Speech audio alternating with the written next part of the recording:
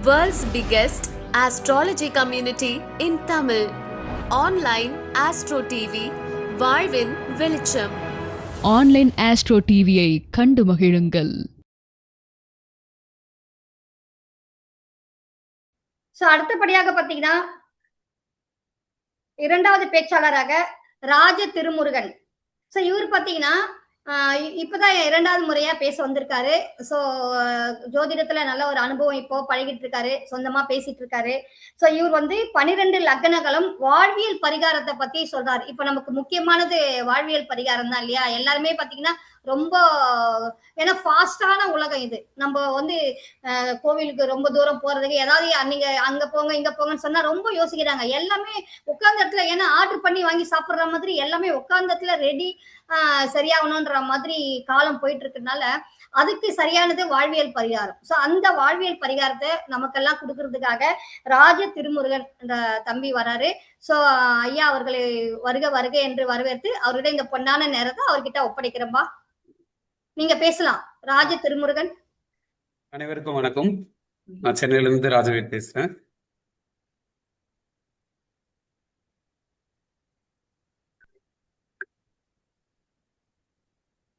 பேசலாம். Okay. Online astrology வழியா பார்த்திருக்க நேயர்களுக்கு இன்றைக்கு ஒரு பொன்னான நாள். இன்று சுதந்திர தின வாழ்த்துக்கள் அனைவருக்கும். நம்மளோட குருஜிக்கு வணக்கம், நம்மளோட முத்துப்பாண்டி அண்ணனுக்கும், இந்த டீமை வழி நடத்துற அவர்களுக்கு நன்றி. இன்னைக்கு வாழ்வியல் பரிகாரம் எல்லாருக்குமே ரொம்ப ஈஸியா, இப்ப நீங்க சொல்லிட்டீங்க, எல்லாருக்குமே ரொம்ப ஈஸியா கேட்கறாங்க. நான் கோயில் கொடுத்தா திருநெல்வேலி வரைக்கும் போகணுமா, இல்ல இங்கேருந்து கும்பகோணம் அனுப்புறீங்க, நல்லா போக முடியாது, எனக்கு ஆபீஸ் லீவ் கிடைக்காது அப்படின்னு சொல்றவங்களுக்காக இன்னைக்கு வாழ்வியல் பரிகாரம் அப்படின்னு ஒரு தலைப்பு. சரிங்களா? இப்போ லக்னம் 12, சரிங்களா? எல்லாருக்கும் தெரியும். மேஷம், ரிஷபம், மிதுனம், கடகம், சிம்மம், கன்னி, துலாம், விருச்சகம், தனுசு, மகரம், கும்பம், மீனம். 12 லக்னம். கிளியரா இருக்கா வாய்ஸ்? 12 சூப்பரா இருக்கு ஐயா. மியூட் போயிட்டீங்க ஐயா. இப்பதான் மியூட் போயிடுச்சு. இப்பதான் ஓபன் பண்ணுங்க. மியூட்ல இருக்கீங்க. ராஜ திருமுருகன் மியூட்ல இருக்கீங்க. ஓகே. கிளியரா. லக்னம் பாவம் நமக்கு ரொம்ப ரொம்ப முக்கியமான, நம்ம உயிர் ஜனனிக்கும் போது லக்னம் தான் ரொம்ப ரொம்ப முக்கியம். அப்போ லக்னம் அப்படின்னா ஹேர் ஸ்டைல். லக்னம் ஒருத்தர் கெட்டு போச்சு, லக்னம் ஒருத்தங்களை சரி பண்ணிக்கணும் அப்படின்னா நம்மளோட தலைமுடி, ஹேர் ஸ்டைல் ஃபர்ஸ்ட். ஓகேங்களா? டிஃப்ரெண்டா வச்சுக்கலாம். அதே மாதிரி இந்த மொட்டை அடிக்கிறது லக்ன பாவத்தோட முதல்ல பரிகாரம்.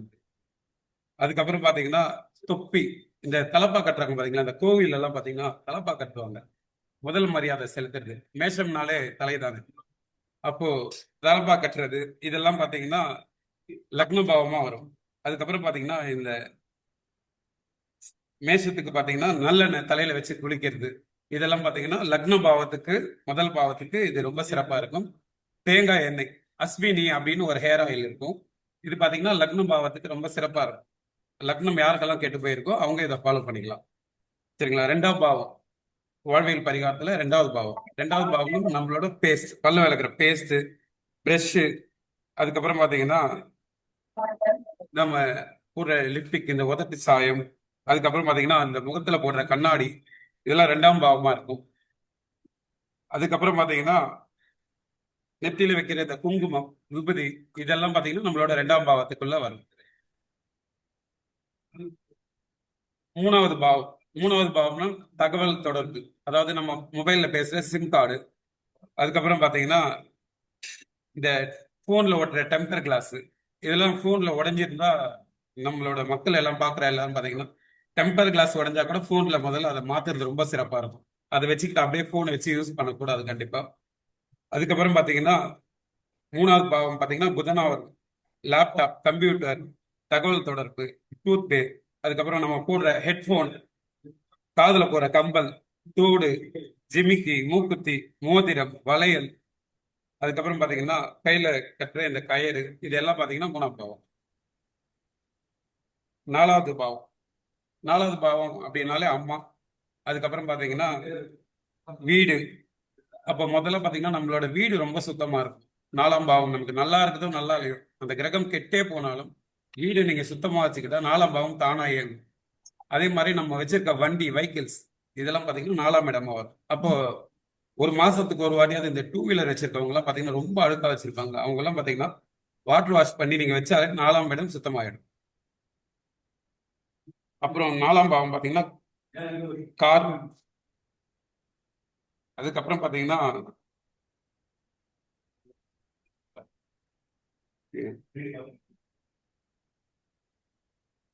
5ஆம் பாவம். ஓகேங்களா? 5ஆம் பாவம் அப்படின்னா குலதெய்வம், குழந்தை. ஓகேங்களா? அப்ப நம்ம தாத்தா.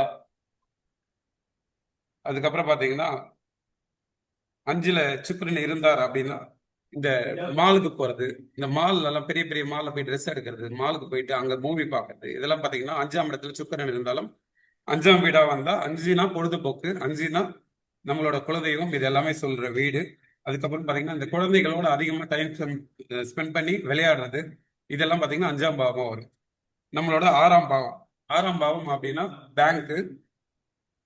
நம்ம பேங்க்கு இந்த அரணா கயிறுன்னு சொல்றோம் பாத்தீங்களா, இதுவும் பாத்தீங்கன்னா 6ஆம் இடமா வரும்.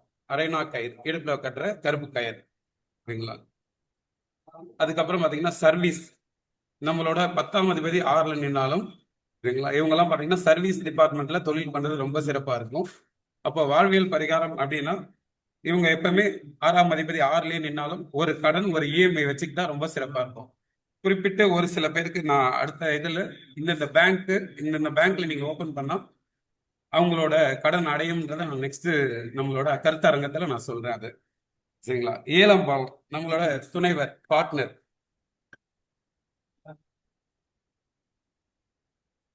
7ஆம் இடம் வந்து நம்மளோட துணை, பார்ட்னர், பொதுமக்கள், பஸ் ஸ்டாண்டு. அதுக்கப்புறம் பாத்தீங்கன்னா சுத்தி இருக்கும் நபர்கள், நம்மளோட நட்பு வட்டாரம், இதெல்லாமே 7ஆம் இடம் நமக்கு சுட்டி காட்டும். 7ஆம் இடத்துல எந்த கிரகம் இருக்கோ அது மாதிரி நண்பர்களே நமக்கு ரொம்ப ரொம்ப அமைவார்கள். அதே மாதிரி 7ஆம் அதிபதி என்ன சாரம் வாங்கியிருக்கோ அவங்க நமக்கு மனைவியா வருவாங்க. இது நிறைய பேர் செக் பண்ணி பாருங்க. நான் லாஸ்டா பார்த்த ஒரு கிளைண்ட், நான் 7ஆம் இடத்துல எனக்கு கிரகம் இருக்கு, நான் உங்களுக்கு சொல்றேன் பாருங்க. கும்ப லக்னம் அவங்க பிறக்கிறாங்க. கும்ப லக்னத்துக்கு 7ஆம் இடத்துல பாத்தீங்கன்னா சூரியன் தான் மனைவியா, அந்த மனைவியின் ஸ்தானத்தை கொடுப்பாரு. அந்த 7ஆம் இடத்தோட சூரியன் பாத்தீங்கன்னா உத்திராடதி அப்படின்றது சனியோட நட்சத்திரத்துல போய் சாரம் வாங்கி உட்கார்றாங்க. அப்படின்னா அவங்க என்ன மாதிரி மனைவியா வருவாங்க அப்படின்னு, கும்ப லக்னத்துக்கு மனைவி ரொம்ப தூரம் தேட வேண்டாம், தன்னோட வீடு பக்கத்திலேயே வருவாங்க. ஆனா அவங்க எப்படி பார்த்தாலும் ஒரு 180 டிகிரி தாண்டி ஒரு ஊர்ல பிறந்திருப்பாங்க அப்படின்ட்டு ஒரு கான்செப்ட். நான் அப்படி கிளைண்ட் சொல்லும் போது ஆமாங்க லவ் மேரேஜ் பண்ணோம் அப்படின்னு சொன்னாங்க. உத்திராட நட்சத்திரம் சனி சாரம், அது கூட கேது பகவான் சாரம் வாங்கியிருக்கும் போது அவங்க நர்ஸா இருக்காங்க. 8ஆம் பாவம். 8ஆம் பாவம் அப்படின்னா இன்சூரன்ஸ். 8ஆம் பாவம் கெட்டு போச்சு அப்படிலாம் யாரும் கவலை பண்ண அவசியம் இல்லை. 8ஆம் பாவம்ன்றது அதிர்ஷ்டத்தையும் குறிக்கும். 8ஆம் பாவம் இன்சூரன்ஸ் ஒன்று போட்டு வச்சுக்கிட்டாலும் சரி, இல்லைன்னா நம்மளோட இன்னொருத்தங்க பேர்ல நம்மளோட பேங்க் அக்கௌண்ட், நம்மளோட வருமானம், இதெல்லாம் மாத்தி யூஸ் பண்ணிக்கிட்டா ரொம்ப சிறப்பா இருக்கும் 8ஆம் இடம் கெட்டு போச்சுன்னு. அதே மாதிரி லக்னத்தில் 8ஆம் இடம் அப்படின்னா இந்த கார்பரேஷன் துப்புரவு பணியாளர்களாக வேலை செய்யறாங்க பாத்தீங்களா, அவங்க கிளீன் பண்றவங்க, இவங்களுக்கு பாத்தீங்கன்னா அவங்க யூஸ் பண்ற பொருட்களை வாங்கி நம்ம தானமா கொடுக்கறது ரொம்ப சிறப்பா இருக்கும். இப்ப காலபுருஷனுக்கு மேஷம் வந்து லக்னம் அப்படின்னா விருச்சகம் தான் 8ஆம் பாவம். சரிங்களா? அதுல சனியோட நட்சத்திரம் அனுசம் அப்படின்னு ஒரு நட்சத்திரம் இருக்கும். அப்போ டாய்லெட் சுத்தமா வச்சுக்கிட்டா நம்ம வீட்டுல அடிக்கடி வர சண்டைகளும் வாக்குல நிறைய பிரச்சனைகளை சால்வ் பண்ணலாம். 9ஆம் பாவம் அப்பா, ஓகேங்களா, தகப்பன். அதே மாதிரி நம்மளோட புகழ், இது எல்லாமே 9ஆம் பாவம். அப்போ 9ஆம் பாவம் வெளிநாடு, டாக்டர், நம்மளோட தாத்தா, இவங்கெல்லாம். அப்போ கோவில்ல சுத்தம் பண்றாங்க பாத்தீங்களா, கோவில்ல துப்புரவு தொழிலாளங்க அந்த யூனிஃபார்ம் போட்டுருக்குங்க. இப்போ மயிலாப்பூர்லன்னா கபாலீஸ்வரர் கோயில் இருக்கு, இதுல பாத்தீங்கன்னா இந்த துப்புரவு தொழில் செய்யற அவங்களுக்கு பாத்தீங்கன்னா குறிப்பிட்டு 9ஆம் பாவம் அப்படின்னு வரும்போது நமக்கு தனுசா வரும் காலபுருஷனுக்கு. அப்போ அவங்க துப்புரவு தொழிலாளர்கள் தேடி நம்ம அந்த அவங்களுக்கு பண உதவியோ இல்ல அவங்களோட குழந்தைகளுக்கு படிப்பு உதவியோ இதெல்லாம் நம்ம செய்யும் போது நம்மளோட 9ஆம் பாவம் கெட்டு போயிருந்தாலும் நம்ம வாழ்க்கையில அடுத்த நிலைமைக்கு கண்டிப்பா நமக்கு ஒரு புகழ் நிச்சயமா கிடைக்கும். நம்மளோட 10ஆம் பாவம், சரிங்களா, அப்படின்னாலே நம்ம பண்ற தொழில், அதே மாதிரி மாமியார், அதுக்கப்புறம் பாத்தீங்கன்னா நம்மளோட கால் முட்டி, அதுக்கப்புறம் பாத்தீங்கன்னா மனைவி பேர்ல வாங்குற சொத்து, இதெல்லாமே 10ஆம் பாவம். அப்போ 10ஆம் பாவத்துக்கு வாழ்வியல் பரிகாரம் அப்படின்னா யாரெல்லாம் தொழில் பண்றோம் அப்படின்னாலே, இப்போ மேஷத்துக்கு 10 மகரம். மகரம் அப்படின்னாலே இப்போ நம்ம சம்பாதிக்கிறோம் ஒரு பெர்சன்டேஜ் எடுத்து, அதாவது அனாதை இல்லம் அப்படி இல்லைன்னா மூளை வளர்ச்சியை குன்றிய குழந்தைகள், இது மாதிரி ஒரு 10% நான் இவ்வளவு சம்பாதிக்கிறேன், மாசத்துக்கு ஒரு முறை அன்னதானத்துக்காக நான் ஒதுக்கி என்னோட சம்பளத்துல இதை நீங்க பதிவு பண்ணிட்டே வாங்க. உங்களோட தொழில் பாத்தீங்கன்னா ரொம்ப பெரிய ஒரு வளர்ச்சியை கொடுக்கும். சரிங்களா? 11ஆவது பாவம். சரிங்களா?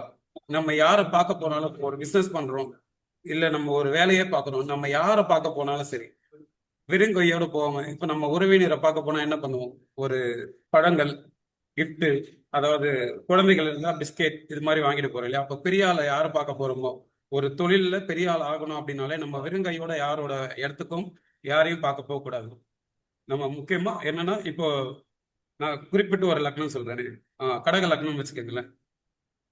கடக லக்னம் இதுக்கு பெரிய லாபத்தை கொடுக்கிறவர் பாத்தீங்கன்னா சுக்கிர பகவான். சரிங்களா? சுக்கிரன் மேஷத்துல இருக்காரு. இப்படி நம்ம கணக்குல வச்சுங்க. அஸ்வினி நட்சத்திரம் சாரம் வாங்கியிருக்கு. ஒரு பெரிய டீல் ஒண்ணு முடிக்க போறோம். ஆனா அந்த நபர் வந்து நமக்கு அதை சப்போர்ட்டே பண்ண மாட்டேங்கிறாரு. நம்ம சொல்ற விஷயத்த அவர் அக்செப்டே பண்ண மாட்டேங்கிறாரு. என்னன்னா, இப்ப நான் ஒரு 5 கோடி அதை பேசுறேன், அவங்க ஒரு 6 கோடி ரூபாய்க்கு இன்னொரு இடத்துல பேசுறாங்க. ஒரு லேண்ட் விஷயம் சொல்றேன் நடந்தது. அப்போ அவங்களுக்கு நான் சொல்றேன், இந்த முந்திரி சரிங்களா, முந்திரி பழம், டேட்ஸ், பேரிச்சம்பழம் இதெல்லாம் பாத்தீங்கன்னா ஒரு டப்பால போட்டு இந்த டிபார்ட்மெண்ட் ஸ்டோர்ல எல்லாம் வைப்பாங்க. ஸ்வீட் ஷாப்ல கூட gift பேக் பண்ணி வைப்பாங்க. அந்த பாக்கெட்டை வாங்கிட்டு போயிட்டு நீங்க கொடுங்க. சரிங்களா? உங்களுக்கு அது ஃபேவரபுளா முடியும் அப்படின்னு. இது லாஸ்ட் வீக் இப்போ அவங்க கூட ஆன்லைன்ல பார்த்துட்டு தான் இருப்பாங்க. லாஸ்ட் டைம் சார் இது வரைக்கும் போயிட்டு அவங்க நான் அப்புறம் பண்ணிக்கலாம் சொன்னவங்க, இந்த வாட்டி கொடுக்கும்போது அந்த பேப்பர்ஸை கொடுத்து நீங்க செக் பண்ணுங்க அப்படின்னு சொன்னாங்கன்ட்டு என்கிட்ட சார் சொன்னாங்க. இது நான் நம்ம பதிவுல சொல்லிக்கிறேன். அப்போ நம்மளும் நம்ம பார்க்குற கிளைண்ட்டுக்கு நம்ம இது மாதிரி gift விஷயங்களை ஒருத்தங்களுக்கு gift-ஆ கொடுக்குறோம், gift பண்றோம் அப்படின்றது ரொம்ப சிறப்பா இருக்கும். அதே மாதிரி மூத்த சகோதரர், சித்தப்பா இவங்க எல்லாம் பாத்தீங்கன்னா 11ஆம் பாவமா நமக்குள்ள வருவாங்க ஜாதகத்துல. அப்போ அவங்க நல்லா இருந்தாங்க அப்படின்னா நமக்கு எப்பவுமே வருமானம் ரொம்ப சிறப்பா இருக்கும் அப்படின்னு அர்த்தம். நல்லா இல்லைன்னா அவங்களுக்கு நம்ம சப்போர்ட் பண்றது ரொம்ப சிறப்பா இருக்கும். 12ஆம் பாவம், 12ஆம் அப்படின்னாலே மோட்சஸ்தானம். சரிங்களா? அப்போ நம்மளோட பாதம் எப்பவுமே ரொம்ப ரொம்ப சுத்தமா இருக்கணும். அதனாலதான் நம்ம அந்த காலத்துல பாத்தீங்கன்னா வெளியே போயிட்டு வந்தாலே பாதத்துல தண்ணி ஊத்தி கழுவுற பழக்க வழக்கங்கள் இருந்தது. இப்போ வந்து இருக்க ஜென்ரேஷன்ல பாத்தீங்கன்னா அப்படியே நேரா பசங்க ஷூவை கழட்டி போட்டு சாக்ஸை கழட்டிட்டு அப்படியே வராங்க. அப்போ யாரெல்லாம் தன் பாதங்கள் சுத்தமா இருக்கோ, வெடிப்பெல்லாம் இல்லாம இருக்கோ, அவங்க எப்பவுமே பணம் விஷயத்துல எந்த கஷ்டமும் பட மாட்டாங்க, சிறப்பா இருப்பாங்க. அதே மாதிரி பாத்தீங்கன்னா 12ஆம் பாவம் அப்படின்னாலே இந்த செப்பல் தைக்கிற தொழிலாளிகள்லாம் இருப்பாங்க, பார்த்திருப்பீங்க. சரிங்களா? அப்போ உத்திராடத்தின் ஒரு நட்சத்திரம் வரும். சரிங்களா? அந்த நட்சத்திரத்தை தேர்ந்தெடுத்து அவங்களுக்கு உணவு தானம் நம்ம செய்யும் போது நமக்கு வாழ்க்கையில, அதாவது புதனால ஏற்படுற முன்ஜென்ம கர்மாக்கள்லாம் நிவர்த்தி பெறும். அதே மாதிரி 12ஆம் இடம் நீங்க இதை செய்யும் போது உங்களோட நிம்மதியான ஒரு உறக்கமும், நிம்மதியான ஒரு 12ஆம் இடம் நம்மளோட பர்சனல் லைஃபையும் சுட்டி காட்டும். ஒவ்வொரு ஜாதகத்துல பார்த்திருக்கேன். 12ஆம் இடம் கெட்டு போயிடுச்சு அப்படின்னாலே அவங்களோட திருமண வாழ்க்கையில மிகப்பெரிய ஒரு பாதிப்பு இருக்கும். கணவன் மனைவி பிரிஞ்சே இருப்பாங்க. நீங்க ஜாதகத்துல செக் பண்ணி பாருங்க. 12ஆம் இடம் முடக்க ஆயிடுச்சு அப்படின்னாலே கணவன் ஒரு இடத்துலயும் மனைவி ஒரு இடத்துலயும் நிச்சயமா இருப்பாங்க. இல்லைங்க நாங்கெல்லாம் ஒத்துமையா இருப்போம் நிறைய கிளைண்ட் சொல்லுவாங்க ஒரு சில பேர். ஆனா ஒத்துமையெல்லாம் இருக்க முடியாது. ஏன் அப்படின்னா கணவன் வந்து கல்யாணம் ஆன பிறகு ஒரு வேலை கிடைச்சி 300 கிலோமீட்டர் தாண்டி வெளியூர்ல இருப்பாரு. அவர் மாதத்துக்கு ஒரு முறை மட்டுமே சந்திப்பாரு. அவங்கள பொறுத்த அளவுக்கு அது வந்து முடக்கு கிடையாது. ஆனா நமக்கு 12ஆம் இடம் 100% சுட்டி காட்டும். அப்போ 12ஆம் இடம் யாருக்கெல்லாம் முடக்கு வருதோ அதை நிவர்த்தி பண்ணி அந்த கோவில் பரிகாரமும் ஜோதிடர் கொடுக்குற வாழ்வியல் பரிகாரமும் இதை நம்ம செஞ்சுக்கிட்டா ரொம்ப சிறப்பு. கணவன் மனைவி கண்டிப்பா ஒண்ணு சேர்ற வாக்கியம் அவங்களுக்கு கிடைக்கும். எனக்கு இந்த வாய்ப்பை கொடுத்த நம்மளது தர்மசாஸ்திரா ஜோதிட வித்யாலயம் எம்டிஆர் ஐயா அவர்களுக்கு நன்றி. நன்றி. நன்றிங்க சார். ரொம்ப சிறப்பா, ரொம்ப அருமையா பேசுனீங்க. சோ கண்டிப்பா வந்து வாழ்வியல் பரிகாரம் முக்கியம் தான். ஏன்னா இன்னைக்கு இருக்கிற, அதான் சொன்னேன், இன்னைக்கு இருக்கிற காலகட்டத்துல இன்னைக்கு எல்லாம் ஃபாஸ்ட் மூவ்மெண்ட்ல இருக்கிறோம். சோ இந்த டைம்ல எல்லாமே உட்கார்ந்த இடத்துல வரணும்ன்ற மாதிரி யோசிக்கிறாங்க. சோ இது நம்ம வந்து நம்மளே நம்ம பண்ணிக்கிறது. அந்த மாதிரி இந்த ஒவ்வொரு மதமே பாத்தீங்கன்னா இன்னைக்கு ரொம்ப எதிர்பார்க்கறாங்க, ரொம்ப விரும்புறாங்க. வாழ்வியல் பரிகாரத்தை வந்து வர கிளைண்டே விரும்புறாங்க, சொன்னா ரொம்ப சந்தோஷப்படுறாங்க. சோ பாத்தீங்கன்னா நம்ம அஞ்சலை பெட்டிலேயே நிறைய வாழ்வியல் பரிகாரம் இருக்கு. அஞ்சலை மங்கள பெட்டின்றது பாத்தீங்கன்னா அதுக்குள்ள இருக்கு ஒண்ணுமே வாழ்வியல் பரிகாரம் தான். சோ அந்த மாதிரி ஒவ்வொரு பாவத்துக்குமே ரொம்ப அருமையா ரொம்ப சிறப்பா சொன்னீங்க. அதுலயும் உங்களுடைய அனுபவ கருத்தோட சேர்த்து சொன்னீங்க. வாழ்த்துக்கள் சார். ஒவ்வொரு மாசமும் உங்களுடைய பதிவை நீங்க தரணும். நம்ம வந்து இத நம்ம பெரிய லெவல்ல கொண்டு போகணும். அதான் ரொம்ப அனைவரின் சார்பாகவும் ஐயாவின் சார்பாகவும் உங்களுக்கு மிகப்பெரிய நன்றியை தெரிவித்துக்கிறேன். நன்றி.